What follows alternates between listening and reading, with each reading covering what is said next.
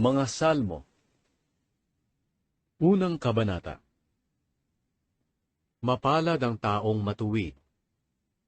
Mapalad ang taong hindi namumuhay ayon sa payo ng masasama, o sumusunod sa mali nilang halimbawa, at hindi nakikisama sa mga taong nangungutya. Sa halip ay nagagalak siyang sumunod sa mga aral na mula sa Panginoon, at araw-gabi ito ay kanyang pinagbubulay-bulayan. Ang katulad niya'y isang punong kahoy na itinanim sa tabi ng sapa, na namumunga sa takdang panahon at hindi nalalanta ang mga dahon. Magtatagumpay siya sa anumang kanyang ginagawa. Ngunit iba ang mga taong masama. Sila'y parang ipa na tinatangay ng hangin. Parurusahan sila ng Diyos sa araw ng paghatol, at ihihiwalay sa mga matuwid. Sapagkat pinapatnubayan ng Panginoon ang mga matuwid. Ngunit ang buhay ng taong masama ay hahantong sa kapahamakan. Ikalawang Kabanata. Ang haring hinirang ng Panginoon. Bakit nagsipagtipon ang mga bansa sa pagpaplano ng masama? Bakit sila nagpaplano ng wala namang patutunguhan? Ang mga hari at mga pinuno sa mundo ay nagsama-sama at nagsipaghanda sa pakikipaglaban sa Panginoon at sa hari na kanyang hinirang. Sinabi nila, "Huwag tayong pasakop o sumunod man sa kanilang pamamahala." Ngunit siyang nakaupo sa kanyang trono sa langit ay natatawalan at kumukutya sa kanila. Sa galit ng Diyos, sila'y binigyang babala, at sa tindi ng kanyang puot, sila'y natatakot. Sinabi niya, "Iniluklok ko na ang hinirang kong hari sa kanyang trono sa Zion, sa banal kong bundok." Sinabi ng hari na hinirang ng Diyos, "Sasabihin ko ang sinabi sa akin ng Panginoon, ikaw ang anak ko, at ngayon ipapahayag ko na ako ang iyong ama. Hilingin mo sa akin ang mga bansa sa buong mundo, at ibibigay ko ito sa iyo bilang mana mo. Pamumunuan mo sila, at walang sasalungat sa iyong pamamahala.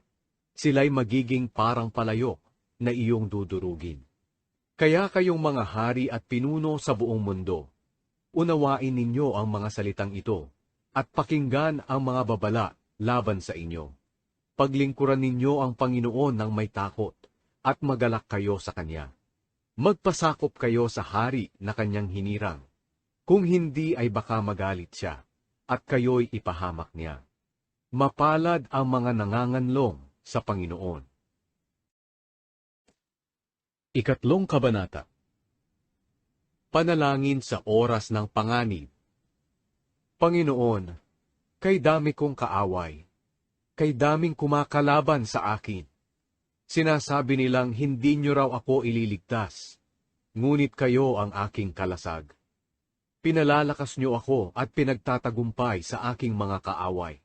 Tumawag ako sa inyo, Panginoon, at sinagot niyo ako mula sa inyong banal na bundok. At dahil iniingatan niyo ako, nakakatulog ako at nagigising pa. Hindi ako matatakot kahit ilang libo pang kaaway ang nakapalibot sa akin. Pumarito kayo, Panginoon. Iligtas niyo po ako, Diyos ko. Dahil noon ay inilagay niyo sa kahihiyan ang lahat ng mga kaaway ko. At inalis mo sa mga masamang tao ang kanilang kakayahang saktan ako. Kayo, Panginoon, ang nagliligtas. Kayo rin po ang nagpapala sa inyong mga mamamayan. Ikaapat na Kabanata. Panalangin sa gabi. O Diyos na aking tagapagtanggol, sagutin niyo po ako kapag ako'y tumatawag sa inyo. Hindi ba noon tinulungan niyo ako nang ako'y nasa kagipitan? Kaya ngayon maawa kayo sa akin at pakinggan ang dalangin ko. Kayong mga kumakalaban sa akin, kailan kayo titigil sa inyong paninirang puri sa akin? Hanggang kailan ninyo iibigin ang mga bagay na walang kabuluhan at magpapatuloy sa kasinungalingan? Dapat ninyong malaman na ibinukod ng Panginoon ang mga banal para sa kanyang sarili. Kaya kung tatawag ako sa Panginoon, pakikinggan niya ako. Kapag kayo'y nagagalit, huwag kayong magkakasala. Habang nakahiga kayo sa inyong higaan, tumahimik kayo at magbulay-bulay. Magtiwala kayo sa Panginoon at mag-alay sa Kanya ng tamang mga handog. Marami ang nagsasabi, "Sino ang magpapala sa amin? Panginoon, kaawaan niyo po kami. Pinaliligayan niyo ako, higit pa kaysa sa mga taong sagana sa pagkain at inumin. Kaya nakakatulog ako ng mapayapa, dahil binabantayan niyo ako, O Panginoon." Ikalimang kabanata. Panalangin para ingatan ng Panginoon. O Panginoon, pakinggan niyo po ang aking mga hinaing at iyak. Pakinggan niyo ang paghingi ko ng tulong, O Diyos ko at aking hari, dahil sa inyo lamang ako lumalapit. Sa umaga, O Panginoon, naririnig niyo ang aking panalangin, habang sinasabi ko sa inyo ang aking mga kahilingan, at hinihintay ko ang inyong kasagutan. Kayo ay Diyos na hindi natutuwa sa kasamaan, at hindi niyo tinatanggap ang taong namumuhay sa kasalanan. Ang mga mapagmataas ay hindi makalalapit sa inyong harapan, at ang mga gumagawa ng kasamaan ay inyong kinasusuklaman. Lilipulin niyo ang mga sinungaling. Kinasusuklaman niyo ang mga mamamatay tao at mga mandaraya. Ngunit dahil sa dakila niyong pag-ibig sa akin, makakapasok ako sa banal niyong templo, at doon ako'y sasamba ng may paggalang sa inyo. O Panginoon, dahil napakarami ng aking mga kaaway, gabayan niyo ako tungo sa inyong matuwid na daan. Gawin niyong madali para sa akin ang pagsunod ko sa inyong kagustuhan. Hindi maaasahan ang sinasabi ng aking mga kaaway. Laging hangad nila'y kapahamakan ng iba. Ang kanilang pananalita ay mapanganib katulad ng bukas na libingan, at ang kanilang sinasabi ay puro panluloko. O Diyos, parusahan niyo po ang aking mga kaaway. Mapahamak sana sila sa sarili nilang masamang plano. Itakwil niyo sila dahil sa kanilang mga kasalanan, dahil sila'y sumuway sa inyo. Ngunit magalak nawa ang lahat ng nanganganlong sa inyo. Magsiawit nawa sila sa kagalakan. Ingatan niyo silang mga nagmamahal sa inyo, upang sa inyo magmula ang kanilang kagalakan. Pinagpapala niyo, Panginoon, ang mga matuwid. Ang pag-ibig niyo ay parang kalasag na nag-iingat sa kanila. Ika-6 na kabanata. Panalangin para tulungan ng Diyos. O Panginoon, huwag niyo akong parusahan kahit na kayo ay nagagalit sa akin. Maawa po kayo sa akin at ako'y pagalingin, dahil ako'y nanghihina na. O Panginoon, ako'y labis na nababagabag. Kailan niyo po ako pagagalingin? Dinggin niyo ako, Panginoon, at ako'y palayain. Iligtas niyo ako sa kamatayan alang-alang sa pag-ibig niyo sa akin. Dahil kung ako'y patay na ay hindi na kita maaalala. Sa lugar ng mga patay ay hindi na rin ako makakapagpuri pa. Ako'y pagod na sa sobrang pagdaing. Gabi-gabi basa ng luha ang aking unad, dahil sa labis na pag-iyak. Ang aking mga matay namumugto na sa kaiiyak, dahil sa ginagawa ng lahat kong mga kaaway. Lumayo kayo sa akin, kayong gumagawa ng kasamaan. Dahil narinig ng Panginoon ang aking pag-iyak. Narinig niya ang paghingi ko ng tulong, at sasagutin niya ang aking dalangin. Mapapahiya at matatakot ang lahat ng aking kaaway, kaya bigla silang tatakas dahil sa sobrang kahihiyan. Ika-7 kabanata. Palaging tama ang ginagawa ng Diyos. Panginoon kong Diyos, nanganganlong ako sa inyo. Iligtas niyo ako sa mga umuusig sa akin. Baka patayin nila ako, katulad ng pagluray ng leon sa kanyang mga biktima, kung walang magliligtas sa akin. Panginoon kong Diyos, kung talagang ginawa ko ang mga kasalanan ito, kung ginantihan ko nga ng masama ang ginawang mabuti ng aking kaibigan, o kung sinamsam ko ang mga ari-arian ng aking mga kaaway nang walang dahilan, hayaan niyong usigin ako ng aking mga kaaway at talunin. Hayaan niyong tapakan nila ako hanggang sa mamatay. at pabayaan sa lupa ang aking bangkay. Sige na po, O Panginoon kong Diyos, ipakita niyo ang inyong galit sa aking mga kaaway, dahil nais niyo rin ang katarungan. Tipunin niyo ang lahat ng bansa sa palibot niyo, at pamahalaan niyo sila mula sa langit. Kayo, Panginoon, ang humahatol sa lahat ng tao. Patunayan niyo sa kanila na mali ang kanilang mga paratang laban sa akin, dahil alam niyo na ako'y matuwid at namumuhay ng wasto. Pigilan niyo ang kasamaang ginagawa ng mga tao, at pagpalain niyo ang mga matuwid. Dahil kayo ay Diyos na matuwid, at sinisiyasat niyo ang aming mga puso't isipan. Kayo, O Diyos, ang nag-iingat sa akin. Inililigtas niyo ang mga namumuhay ng matuwid. Kayo ang matuwid na hukom, at sa araw-araw ay ipinapakita niyo ang inyong galit sa masasama. Kung ayaw nilang magsisi sa kanilang mga kasalanan, ikaw na may nakahandang sila'y parusahan. Katulad niyo ay isang sundalong nakahanda na ang mga nakamamatay na sandata. Nahasanan niya ang kanyang espada, at nakaumang na ang palasong nagbabaga. Mapag-isip sila ng gulo at kasamaan, kaya nakakapanloko sila ng kapwa. Pero sila mismo ang mapapahamak sa kanilang binabalak na panggugulo at karahasan.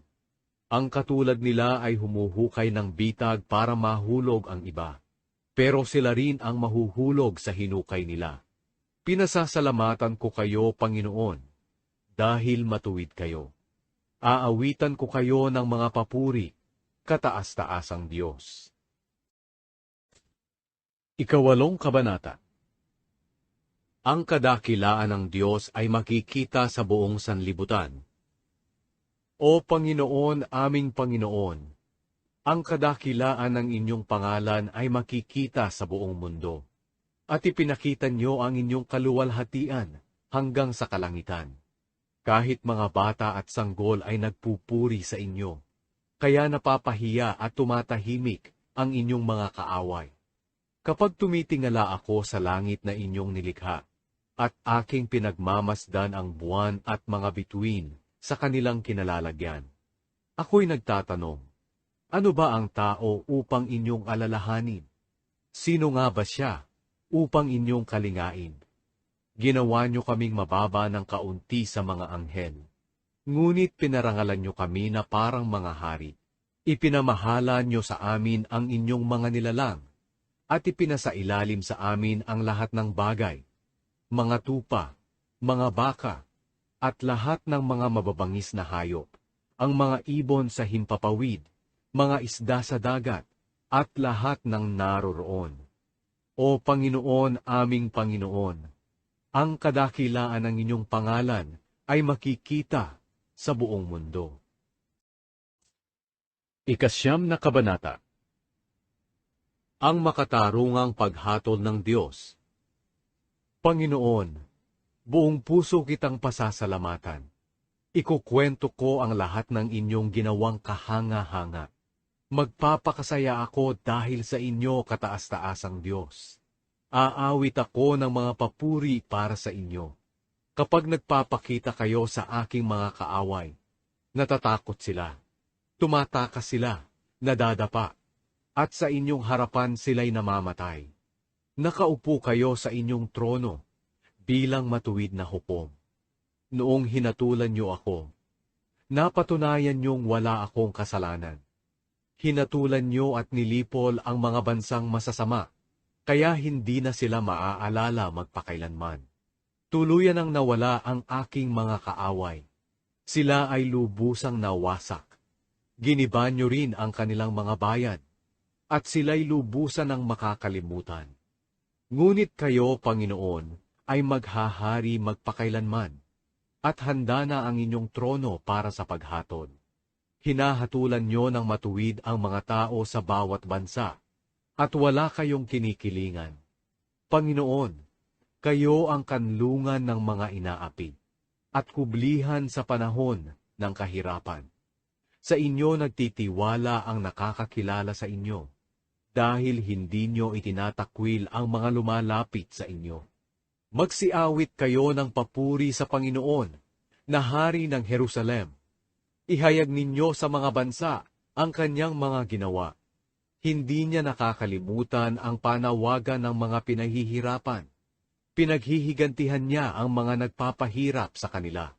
Panginoon, tingnan niyo po ang pagpapahirap sa akin ng aking mga kaaway.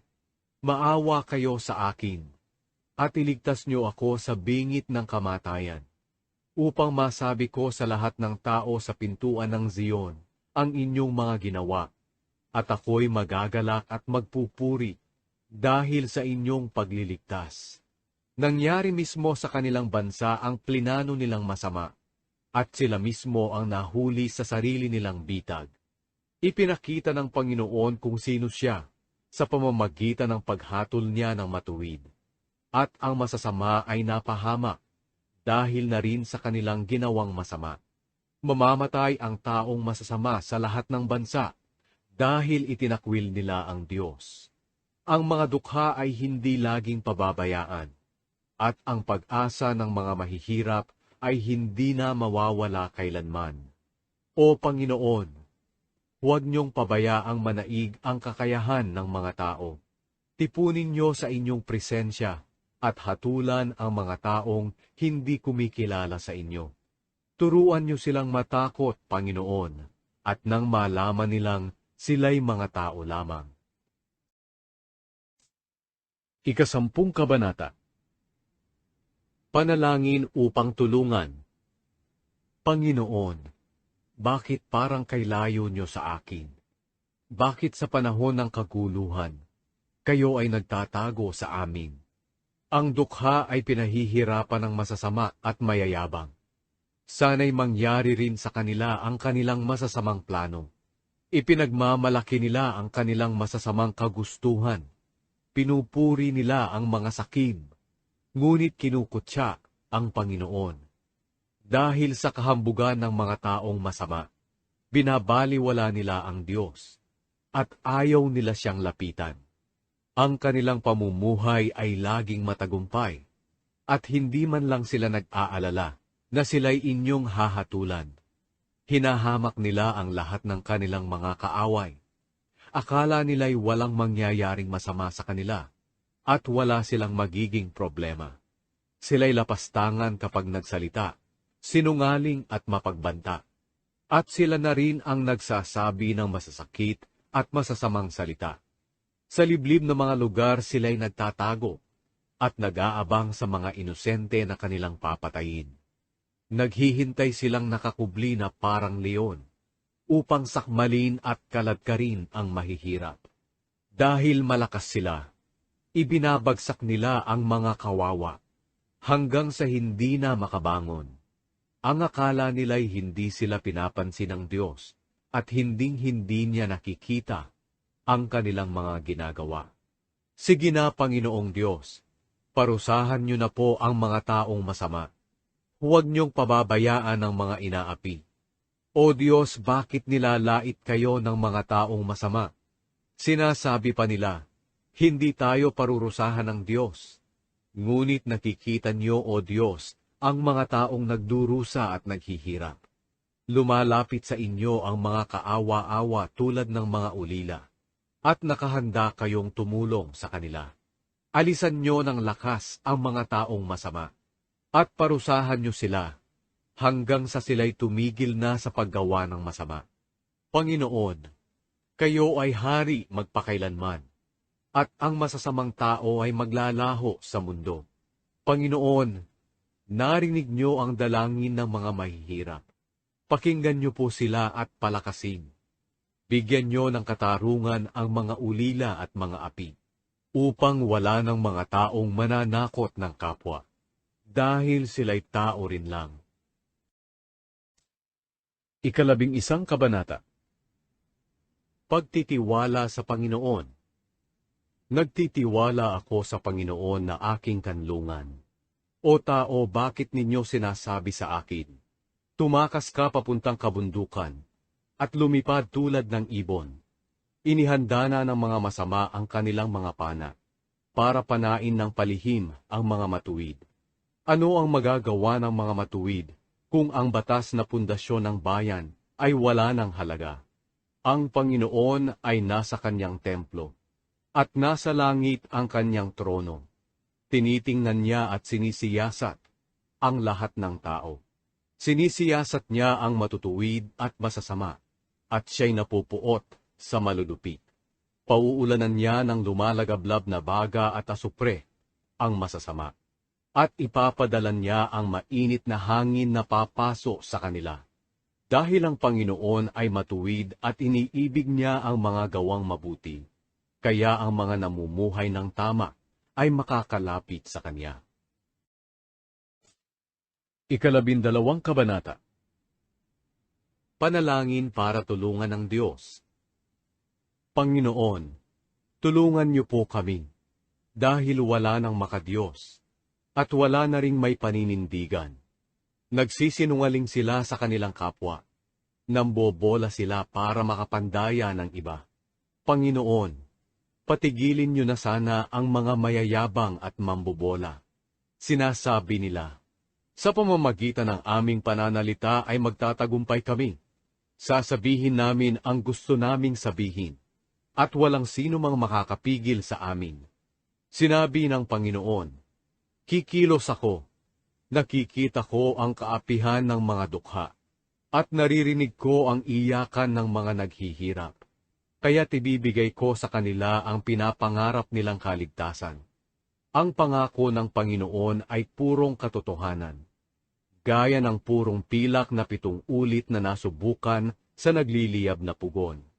Panginoon, nalalaman namin na kami ay inyong iingatan, at ilalayo sa masamang henerasyong ito magpakailanman. Pinalibutan nila kami, at pinupuri pa ng lahat ang kanilang kasuklam-suklam na gawain. 13 Kabanata. Panalangin para tulungan. Panginoon, hanggang kailan niyo ako kalilimutan? Kalilimutan niyo ba ako habang buhay? Hanggang kailan ba kayo magtatago sa akin? Hanggang kailan ko dadalhin itong mga pangamba ko? Ang aking mga araw ay punong-puno ng kalungkutan. Hanggang kailan ba ako matatalo ng aking mga kaaway? Panginoon kong Diyos, bigyan niyo ako ng pansin. Sagutin niyo ang aking dalangin. Ibalik niyo ang ningning sa aking mga mata, upang hindi ako mamatay, at upang hindi masabi ng aking mga kaaway, na natalo nila ako, dahil tiyak na magagalak sila kung mapahamak ako. Panginoon, naniniwala po ako na mahal niyo ako, at ako ay nagagalak dahil iniligtas niyo ako. Panginoon, aawitan kita dahil napakabuti niyo sa akin mula pa noon. 14 Kabanata. Ang kasamaan ng tao. Walang Diyos.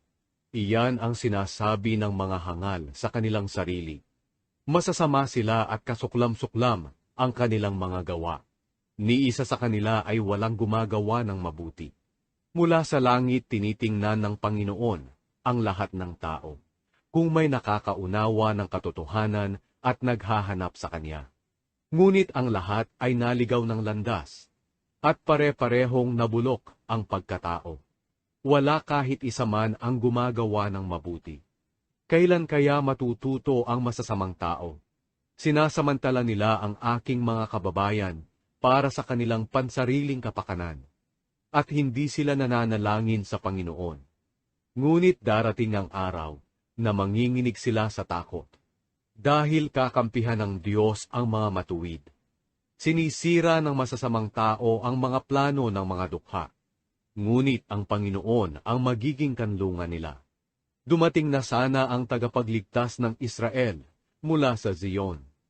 Magsasaya ang mga Israelita, ang mga mamamayan ng Panginoon, kapag naibalik na niya ang kanilang kasaganaan. 15 Kabanata. Ang nais ng Diyos sa mga sumasamba sa Kanya.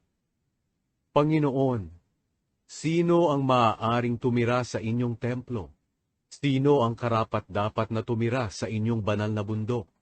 Sumagot ang Panginoon, ang taong namumuhay ng tama, Walang kapintasan at taus-pusong nagsasabi ng katotohanan. Hindi naninirang puri, at hindi nagsasalita at gumagawa ng masama laban sa kanyang kapwa. Itinatakwil ang mga taong sobrang sama, ngunit pinararangalan ang mga taong may takot sa Diyos. Tinutupad ang kanyang ipinangako kahit na mahirap gawin. Hindi nagpapatubo sa kanyang mga pautang, at hindi tumatanggap ng suhod upang sumaksi laban sa taong walang kasalanan. Ang taong gumagawa ng ganito ay hindi matitinag kailanman. 16 na kabanata. Panalangin ng pagtitiwala sa Diyos. O Diyos, ingatan niyo po ako, dahil sa inyo ako nanganganlong. Kayo ang aking Panginoon. Lahat ng kabutihang nakamtan ko ay mula sa inyo. Tungkol sa inyong mga taong banal na nasa lupain ng Israel, lubos ko silang kinalulugdan. Ngunit ang mga sumusunod sa mga Diyos-Diyosan ay lalong mahihirapan. Hindi ako sasama sa paghahandog nila ng dugo sa kanilang mga Diyos-Diyosan, at ayaw kong banggitin man lang ang pangalan ng mga ito. Panginoon, kayo ang lahat sa aking buhay. Lahat ng pangangailangan ko'y inyong ibinibigay. Kinabukasan ko'y nasa inyong mga kamay.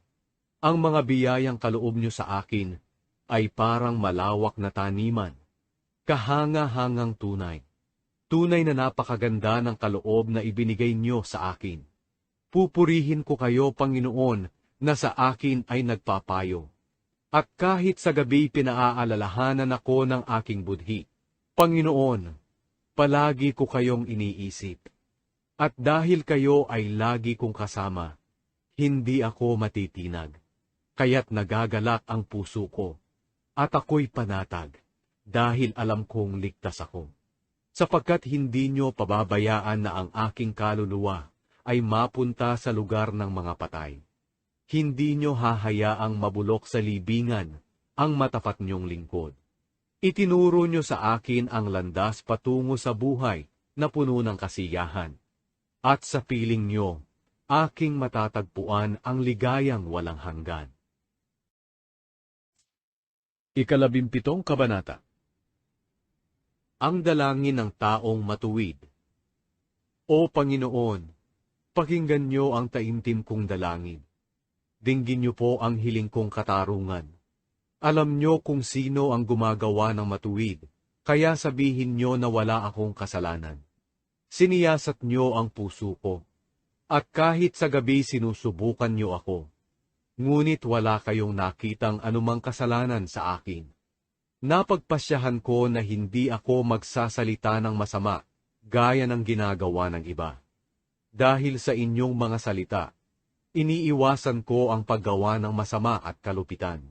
Palagi kong sinusunod ang inyong kagustuhan, at hindi ako bumabaling sa kaliwa o sa kanan man. O Diyos, sa inyo ako'y dumadalangin, dahil alam kong ako'y inyong diringgin. Pakinggan niyo po ang aking mga hiling. Ipakita niyo ang inyong pag-ibig sa pamamagitan ng inyong kahanga-hangang gawa. Alam ko sa inyong kapangyarihan, inyong inililigtas ang mga taong nanganganlong sa inyo mula sa kanilang mga kaaway. Ingatan niyo ako katulad ng pag-iingat ng tao sa kanyang mga mata, at kalingain niyo gaya ng pagtatakip ng inahing manok sa kanyang mga sisiw, sa ilalim ng kanyang mga pakpak. Ipagtanggol niyo po ako sa aking mga kaaway na nakapaligid sa akin at pinagtatangkaan ang aking buhay. Sila'y mayayabang sa kanilang pagsasalita at mga walang awa. Ako'y hinanap nila at ngayoy kanilang napapaligiran. Naghihintay na lamang sila ng pagkakataong itumba ako, para silang mga leyon na kumukubli at nag-aabang, at nakahandang sumakmal ng mga biktima. Sige na po, Panginoon, labanan niyo na at talunin sila, at iligtas niyo ako sa pamamagitan ng inyong kapangyarihan. Iligtas niyo ako sa mga makamundong tao na ang gusto lamang ay ang mga bagay ng sanlibutan. Kaming mga minamahal nyo ay biyayaan nyo ng kasaganaan, pati ang aming mga anak, hanggang sa aming kaapu-apuhan. Dahil ako'y matuwid, makikita ko kayo, at sapat na sa akin ang makita ka sa aking paggising. 18 Kabanata. Awit ng tagumpay ni David. Iniibig ko kayo, Panginoon. Kayo ang aking kalakasan. Panginoon, kayo ang aking matibay na batong kanlungan at pananggalang. Kayo ang aking tagapagligtas na nag-iingat sa akin. Karapat-dapat kayong purihin, Panginoon, dahil kapag tumatawag ako sa inyo, inililigtas niyo ako sa mga kalaban ko.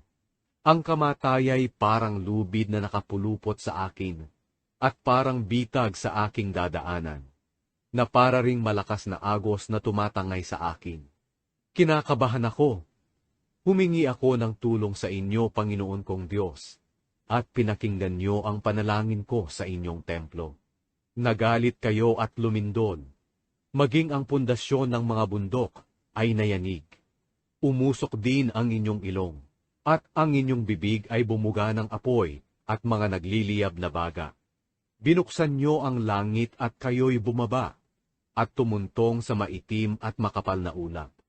Kayo'y sumakay sa isang kerubin, at mabilis na lumipad na dala ng hangin. Ginawa niyong talukbong ang kadiliman, at nagtago kayo sa maitim na ulap. Kumidlat mula sa inyong kinaroroonan, at mula rooy bumagsak ang mga yelo at nagliliyab na baga. Ang tinig niyo, kataas-taasang Diyos na aming Panginoon, ay dumadagungdong mula sa langit. Pinana niyo ng kidlat ang inyong mga kalaban, at nataranta silang nagsitakas. Sa inyong tinig at matinding galit, natuyo ang dagat at nakita ang lupa sa ilalim nito. Pati na rin ang pundasyon ng mundo ay nalantad. At mula sa langit ako'y inabot niyo, at inahon mula sa malalim na tubig. Iniligtas niyo ako sa kapangyarihan ng aking mga kalaban na hindi ko kayang labanan. Sinalakay nila ako sa oras ng aking kagipitan, ngunit sinaklolohan niyo ako, Panginoon. Dinala niyo ako sa lugar na walang kapahamakan, dahil nalulugod kayo sa akin. Pinagpala niyo ako dahil ako'y namumuhay sa katuwiran. Sa kalinisan ng aking kamay, ako'y inyong ginantimpalaan.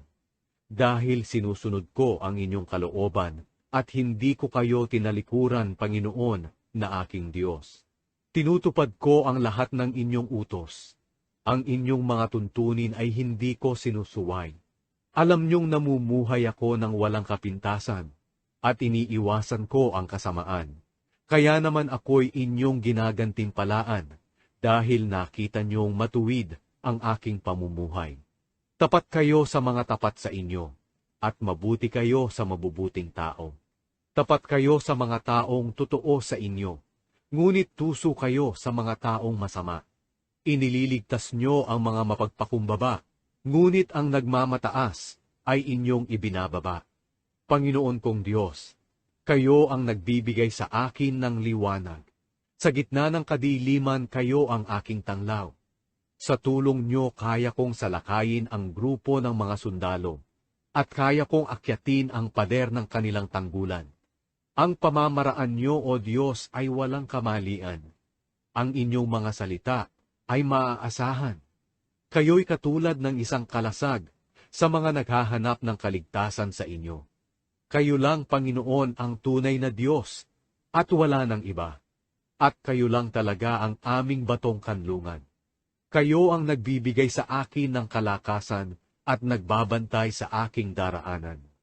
Pinatatatag niyo ang aking paa tulad ng paa ng usa, upang maging ligtas ang pag-akyat ko sa matataas na lugar. Sinasanay niyo ako sa pakikipaglaban, tulad ng pagbanat ng matibay na pana. Ang katulad niyo ay kalasag na nag-iingat sa akin. Inaakay niyo ako sa pamamagitan ng inyong kapangyarihan.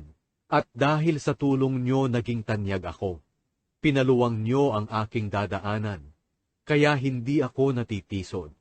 Hinabol ko ang aking mga kalaban at inabutan ko sila, at hindi ako tumigil hanggang sa naubos ko sila. Hinampas ko sila hanggang sa magsibagsak.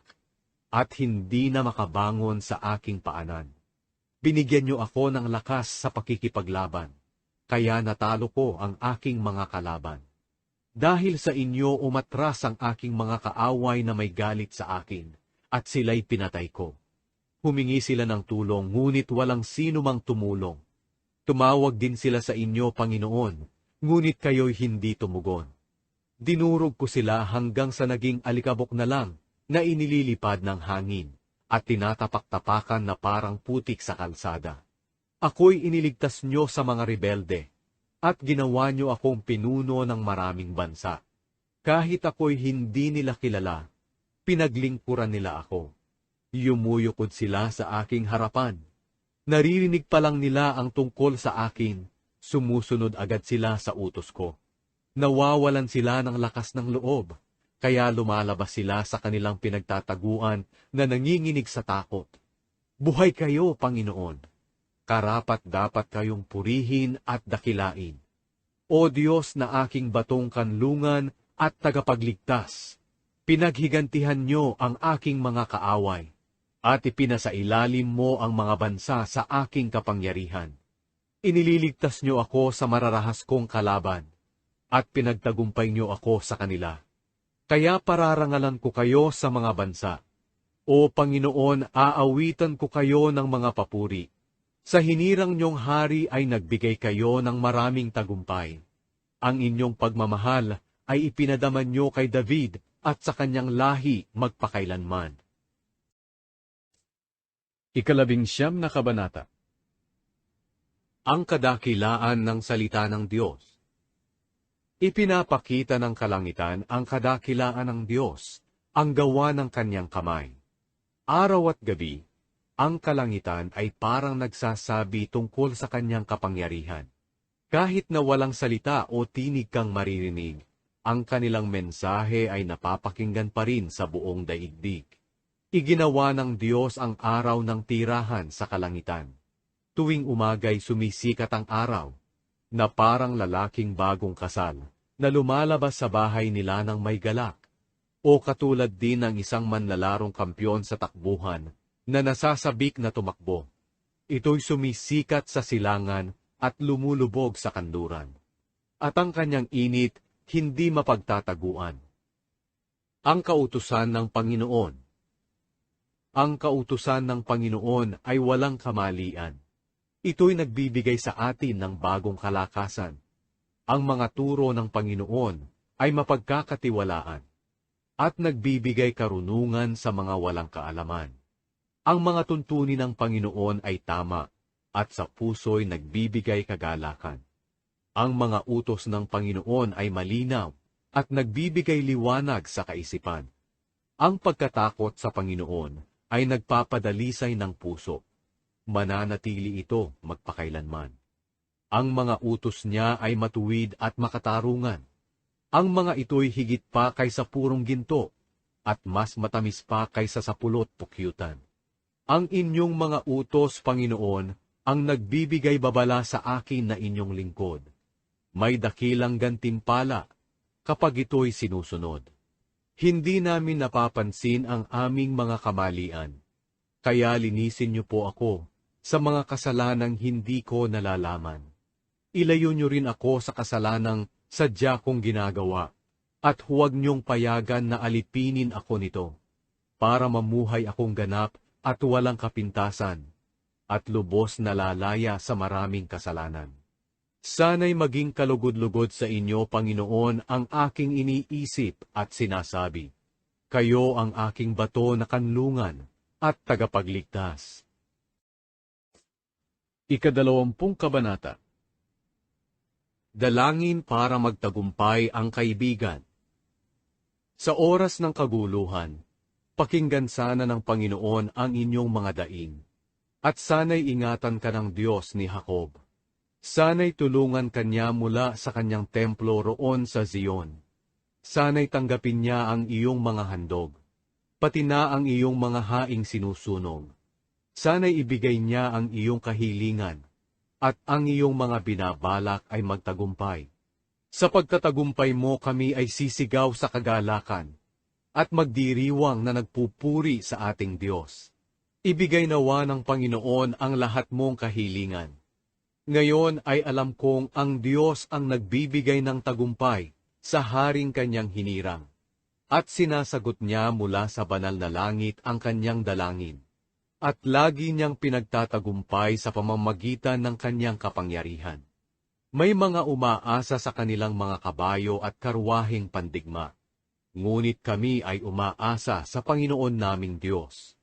Sila'y manghihina at tuluyang babagsak, ngunit kami ay magiging matatag at magtatagumpay.